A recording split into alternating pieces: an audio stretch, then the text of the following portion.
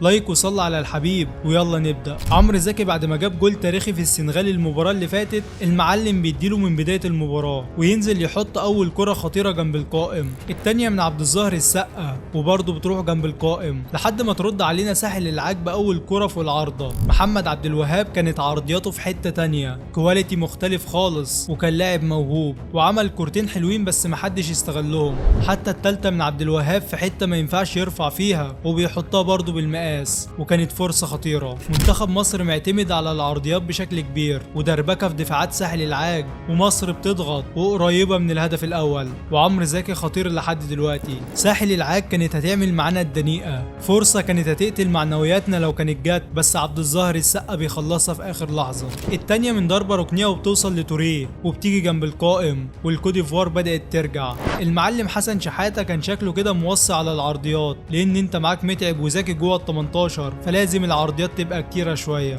بس ساحل العاج ترد بكرة خطيرة بتسديدة في حضن الحضري. أبو تريكة كان مدلع لاعبي الكوت ديفوار ويلعب كرة سحرية لبركات وبيحطها عرضية، وبنتفاجئ إن تريكة كان ضارب سبرنت وراح حطها براسه بس جنب القائم. مصر زنقة الكوت ديفوار بعرضيات وهجمات خطيرة لحد ما متعب يحط كرة براسه بس بتروح في العارضة، ومتعب في البطولة دي ما كانش أجمد حاجة. التانية بصاروخ يفاجئ بيه الجميع أحمد حسن وبتروح بره. دروجبا هجماته خطيرة وبيحط تسديدة جنب القائم وتخرج بره، اما التانية فدروجبا وقع قلوب الجماهير فيها، كرة مكانها في الشبكة ما ينفعش تخرج وبأعجوبة تطلع فوق العارضة. مصر حست بالخطر واحمد حسن يجرب بتسديدة ارضية ترجع في وسط دربكة وفي الاخر بتخش المرمى، ولكن الهدف بيطلع اوفسايد علشان تدخل فيها محمد شوقي، بس دروجبا ما كانش في يومه خالص، وكرة تانية يقتل بيها المباراة رسميا ويضيعها بشكل لا يصدق، والحمد لله انه ما كانش في يومه. ونروح بقى للاشواط الاضافيه وتيجي اللقطه الشهيره، الحكم يحسب ضربه جزاء على الكوت ديفوار،